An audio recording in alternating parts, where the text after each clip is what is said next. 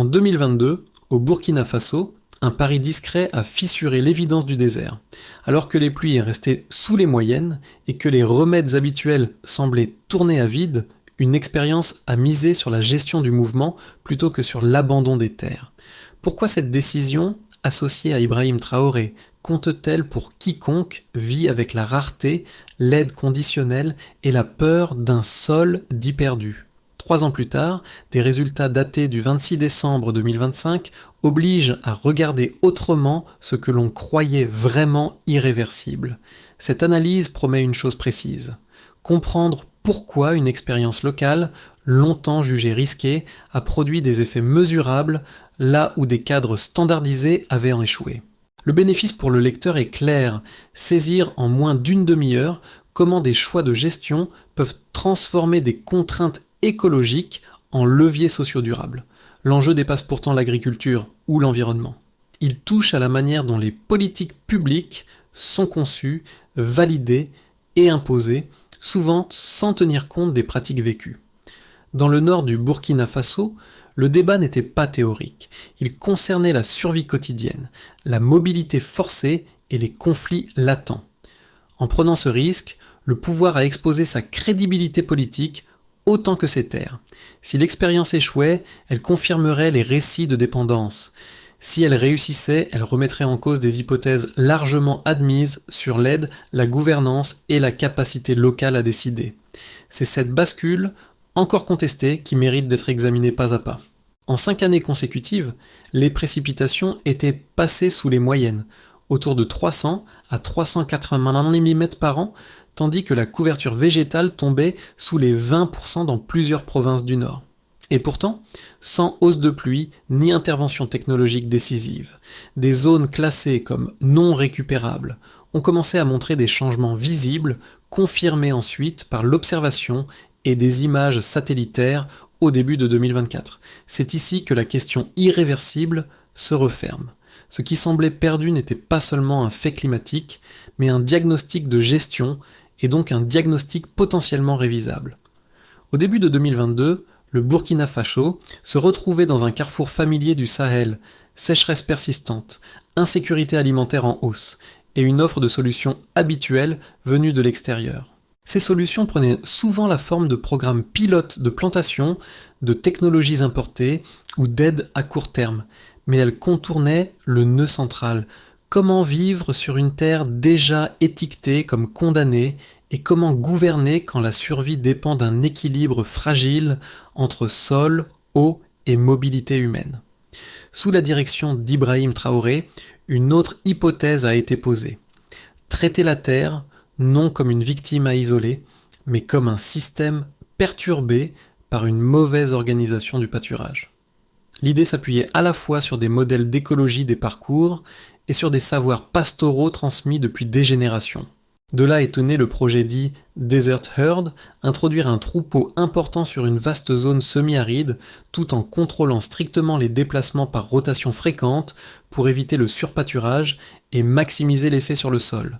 L'objectif n'était pas la viande, mais la régénération, fertilisation organique quotidienne, reprise de la vie microbienne et fissuration des croûtes durcies par l'action des sabots afin que l'eau rare pénètre au lieu de s'évaporer. À titre d'exemple, dans des communautés pastorales souvent exclues des décisions, des aînés ont aidé à cartographier les itinéraires, tandis que de jeunes éleveurs ont appris à suivre l'humidité du sol, la réponse de la végétation et la santé du bétail.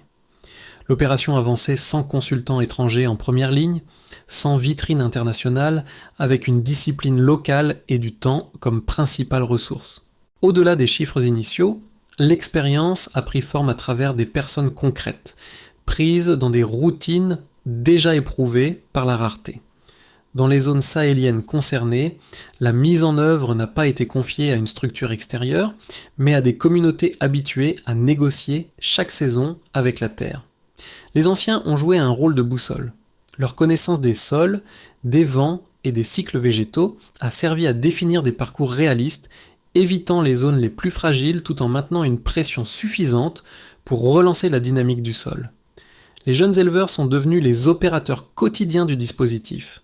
Formés à observer l'humidité, l'état des herbes et la santé des animaux. Ils ont assumé une responsabilité nouvelle, à mi-chemin entre pratiques traditionnelles et suivi appliqué. Les premières semaines ont été éprouvantes. Les températures dépassaient régulièrement 43 degrés Celsius.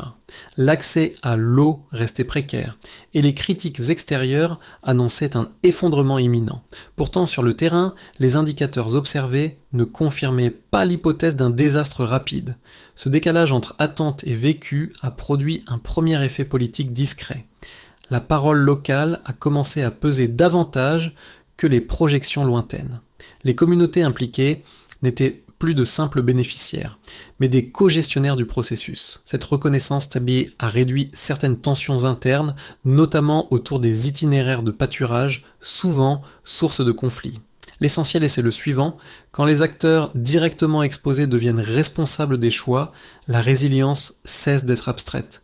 Elle devient une pratique quotidienne, observable avant même que les graphiques ne s'alignent. L'enchaînement des faits commence par une décision qui, à l'époque, paraît presque provocatrice. Début 2022, alors que le nord du Burkina Faso accumule plusieurs années de pluviométrie inférieure aux moyennes, l'État valide le lancement opérationnel du projet, dit Desert Herd. L'activation n'est ni symbolique ni progressive. Environ 10 000 têtes de bétail, sélectionnées pour leur tolérance à la chaleur et leur résistance aux maladies, sont introduites sur près de 120 000 hectares de terres semi-arides sahéliennes. Concrètement, pas de pâturage libre, mais des déplacements strictement organisés, avec des rotations tous les quelques jours pour éviter l'épuisement du couvert végétal. La phase initiale chez la plus tendue. Les premiers mois de 2022 testent la solidité du modèle. Les températures dépassent fréquemment les 43 degrés, l'eau reste une ressource fragile, et les observateurs extérieurs anticipent des pertes massives. Des rapports circulent annonçant une mortalité du cheptel supérieure à 20% et un risque accru de désertification.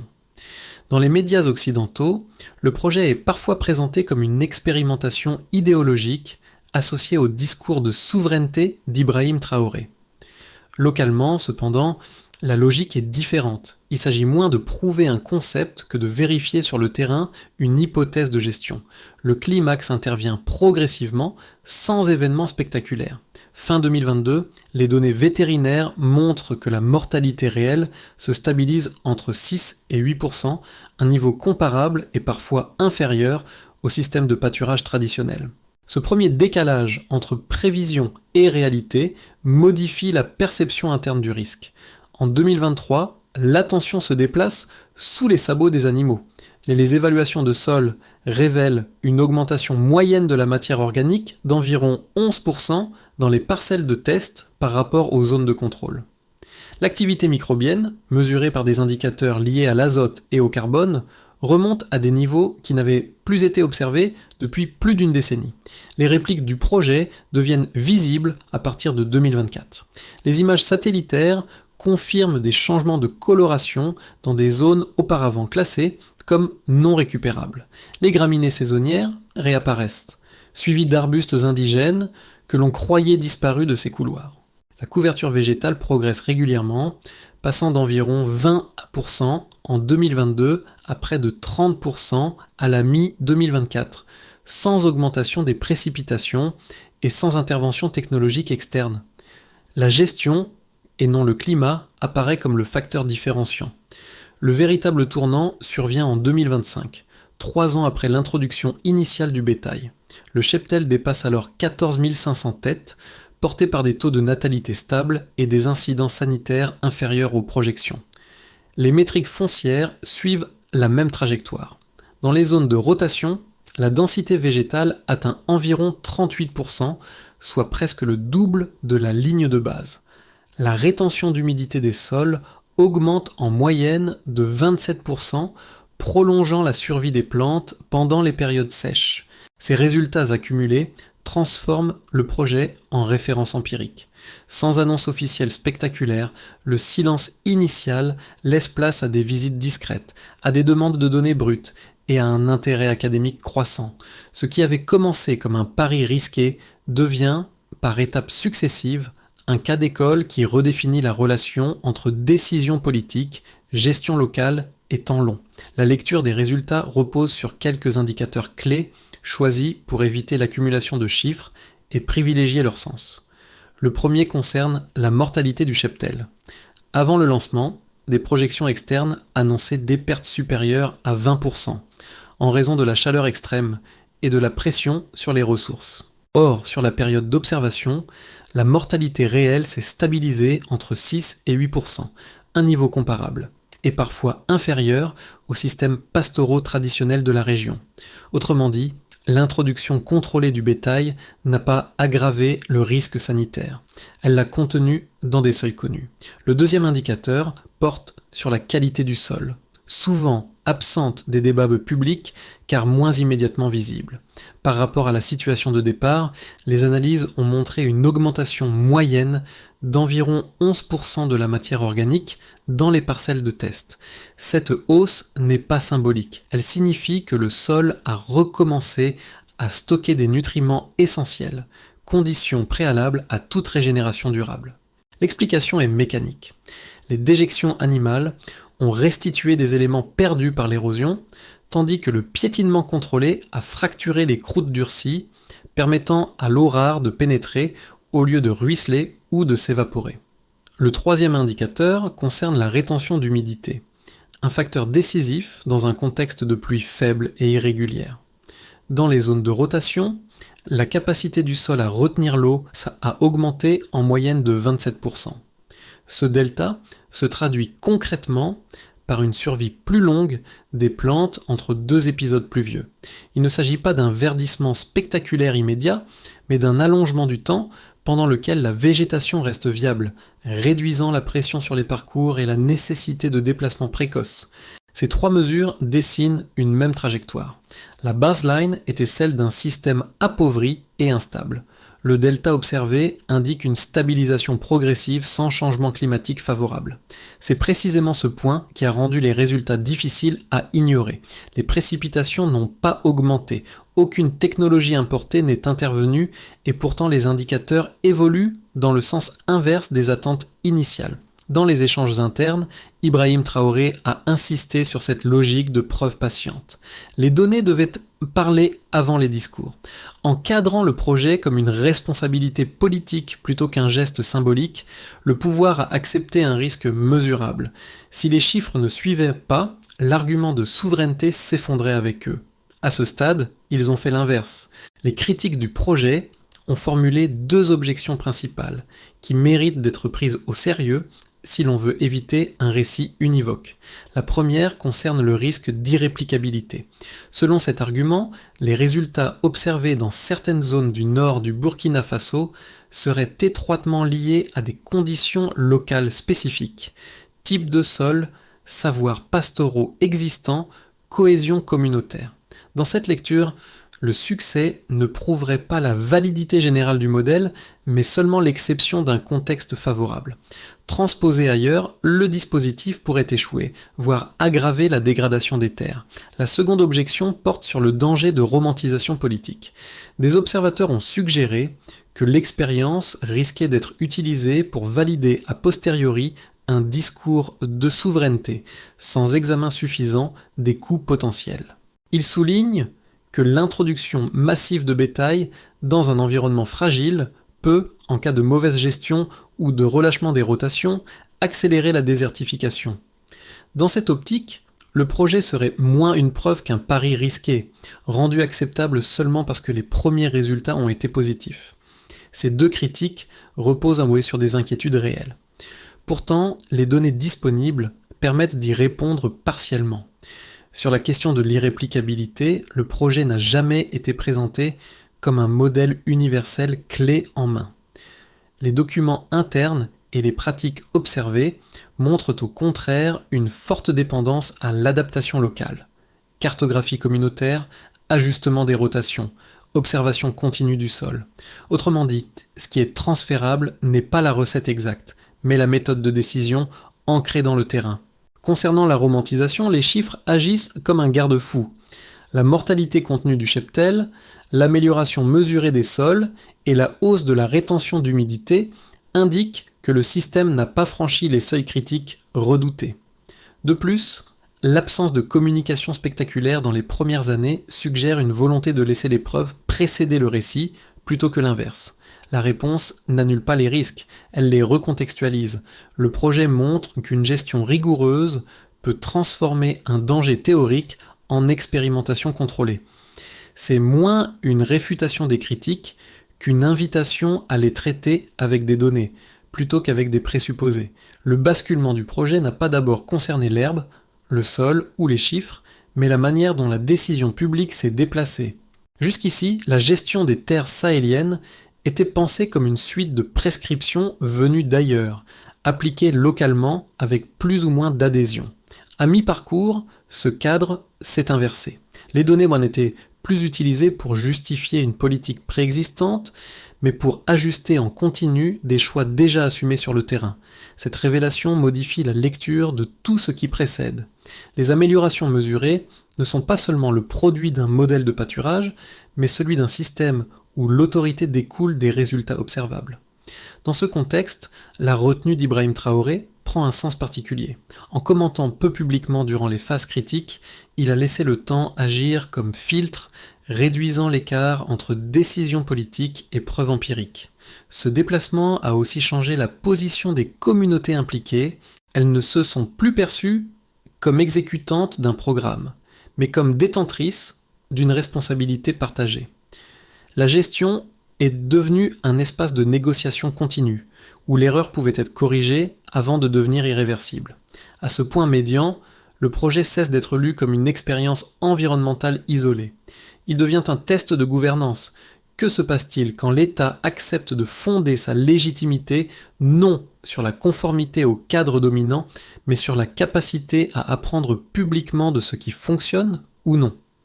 Les effets du projet deviennent pleinement lisibles lorsqu'on les observe à travers plusieurs groupes touchés différemment par la transformation des terres. Pour l'État d'abord, les résultats ont produit un capital inattendu. La régénération mesurée des sols et la stabilisation des parcours ont renforcé la crédibilité d'une politique fondée sur la preuve plutôt que sur l'alignement automatique avec des cadres externes. Sans annonce spectaculaire, le gouvernement a pu appuyer ses décisions sur des données vérifiables, ce qui a modifié les discussions internes autour des droits fonciers, de l'accès à l'eau et des priorités rurales. La terre n'était plus un poste de crise isolé, mais un levier de stabilité nationale. Pour les acteurs économiques locaux, notamment les filières pastorales, l'impact a été immédiat et tangible. La réduction des pertes de bétail et l'amélioration de la santé des troupeaux ont accru la prévisibilité des revenus.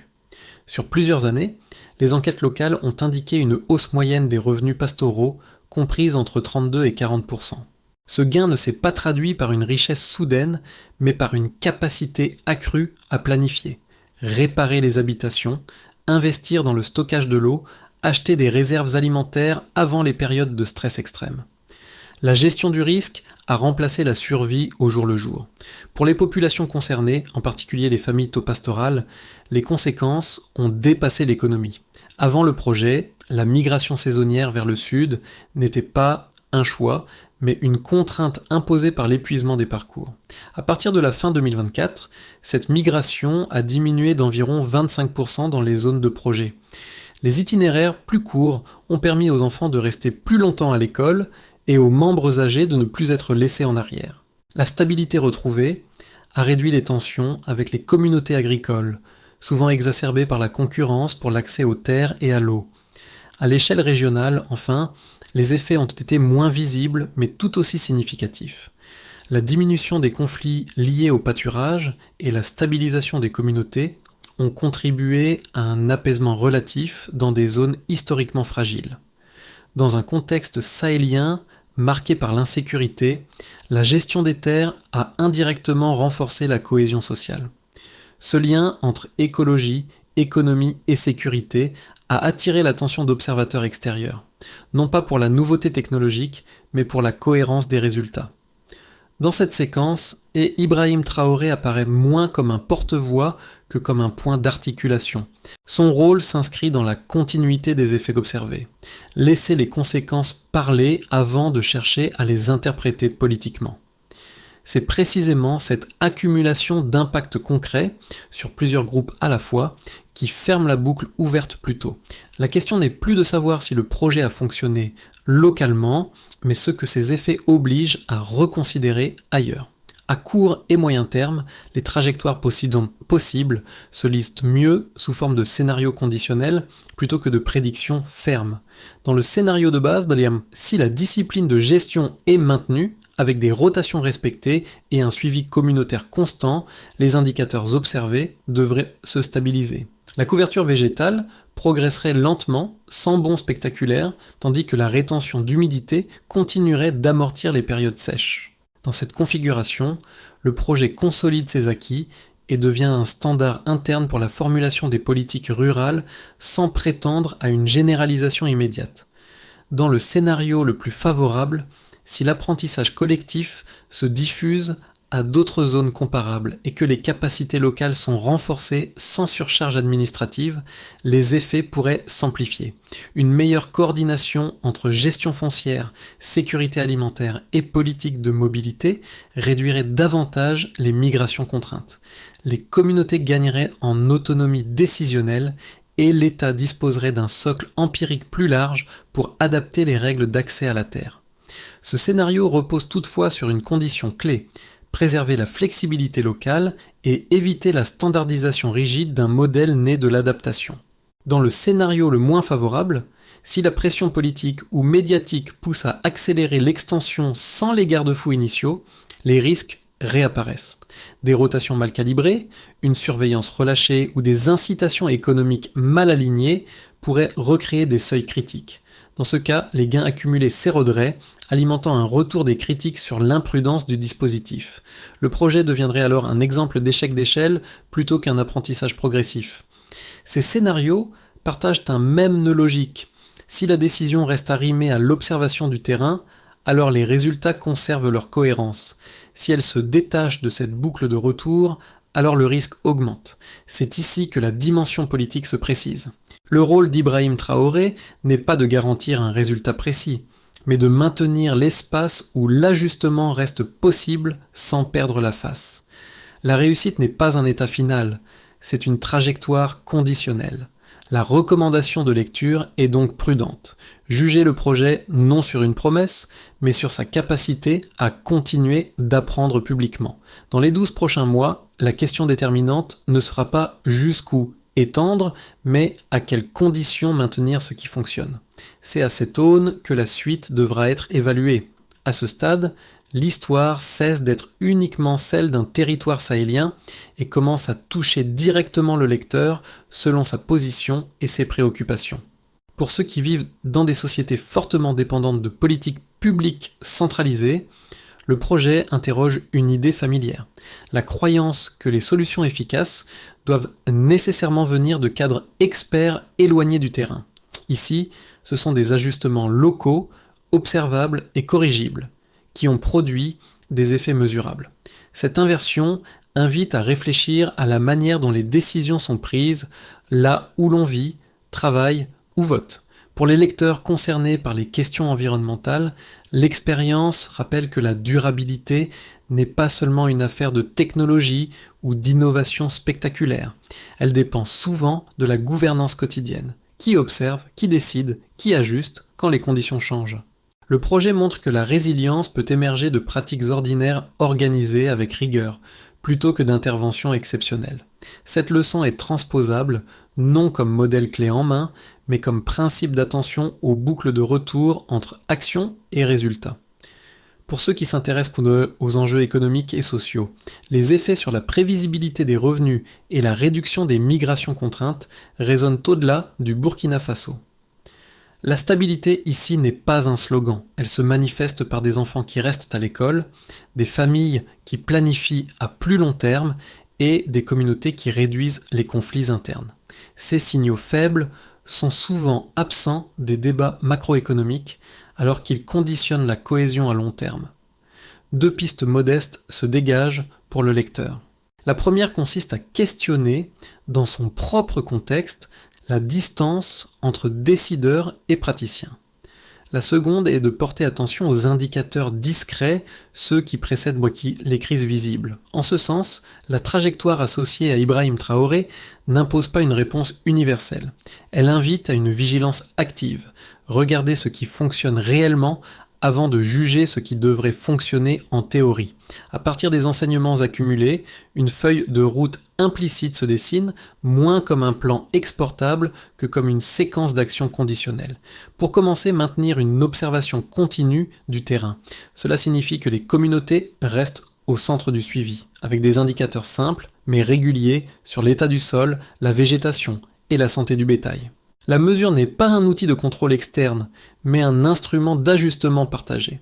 Ensuite, protéger la discipline de gestion. Les rotations, la limitation des charges animales et le respect des seuils observés doivent primer sur les objectifs d'expansion rapide. Cette étape engage directement les autorités locales et nationales qui doivent résister à la tentation de transformer un apprentissage progressif en vitrine politique. Le calendrier compte autant que l'objectif. Puis, relier explicitement la gestion des terres aux autres politiques publiques. Sécurité alimentaire, droits fonciers et stabilité communautaire ne peuvent plus être traités séparément. En intégrant ces dimensions, les décisions deviennent cohérentes et évitent les effets de contradiction entre ministères ou programmes concurrents. Après cela, documenter sans figer. La production de données et de retour d'expérience doit servir à éclairer les choix futurs, non à imposer un modèle unique. La transmissibilité repose sur la méthode, pas sur la reproduction exacte des chiffres. Enfin, cinquième étape, assumer politiquement l'incertitude. En acceptant que tous les ajustements ne réussissent pas, l'État conserve une marge d'apprentissage. Dans cette logique, Ibrahim Traoré n'est pas présenté comme l'architecte de chaque détail, mais comme le garant d'un cadre où la responsabilité précède la communication. La réussite se mesure alors non à l'absence de risque, mais à la capacité à corriger avant l'échec. Le fil émotionnel de cette histoire ramène à une image simple, déjà esquissée plus tôt, celle des troupeaux avançant sur des terres autrefois considérées comme perdues. Cette image n'est pas un symbole héroïque, mais un rappel concret de ce qui a changé. Là où dominaient l'attente et la dépendance, une forme de continuité s'est installée. Les communautés n'ont pas été sauvées par une intervention extérieure spectaculaire.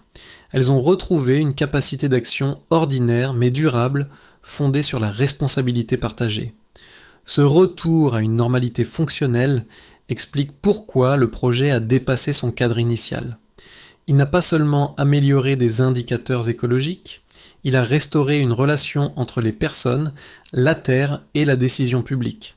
Dans ce contexte, Ibrahim Traoré apparaît moins comme une figure de rupture que comme un point d'équilibre. Son rôle n'a pas été de promettre un avenir idéal, mais de soutenir un processus assez longtemps pour qu'il produise ses propres preuves. La charge émotionnelle vient précisément de cette retenue. Rien n'a été présenté comme définitif ou miraculeux. Le désert n'a pas disparu. Les difficultés persistent. Pourtant, quelque chose de plus discret s'est imposé. La confiance. La confiance que des choix locaux, assumés et corrigés dans le temps, peuvent transformer un espace déclaré, condamné, en base viable. Et pour le dire en une phrase, la résilience s'organise avant de se proclamer. C'est ce rappel, plus que les chiffres eux-mêmes, qui reste en mémoire. Il relie la terre, les personnes et le pouvoir sans emphase et referme le parcours émotionnel ouvert au début, là où le doute dominait encore. À la fin de ce parcours, il ne s'agit pas de tirer une morale unique, ni de transformer une expérience située en leçon universelle. L'histoire invite plutôt à un déplacement du regard. Elle suggère que certaines réponses deviennent visibles seulement lorsqu'on accepte de ralentir, d'observer et de faire confiance aux acteurs directement concernés. Dans un monde saturé de diagnostics rapides et de solutions standardisées, cette posture reste rare et donc précieuse. Pour le lecteur, l'enjeu n'est pas d'adhérer ou de rejeter un modèle, mais de reconnaître une question plus large. Dans combien de situations des capacités locales sont-elles sous-estimées parce qu'elles ne correspondent pas au cadre familier ? Le cas du Burkina Faso, sous la présidence d'Ibrahim Traoré, ne demande pas une approbation automatique. Il propose un point de comparaison, un miroir discret, étendu à d'autres contextes, d'autres institutions, d'autres territoires. Si cette approche vous interpelle, la suite logique n'est pas la certitude, mais le dialogue. Discuter de ce qui fonctionne réellement, partager des exemples comparables, confronter des expériences différentes sans les hiérarchiser trop vite. La valeur de ce récit tient précisément à sa capacité à ouvrir un espace de conversation plutôt qu'à le refermer. La question finale reste volontairement ouverte. Face aux défis écologiques et sociaux que nous observons ailleurs, qu'est-ce qui, aujourd'hui, mérite d'être regardé de plus près avant d'être jugé ?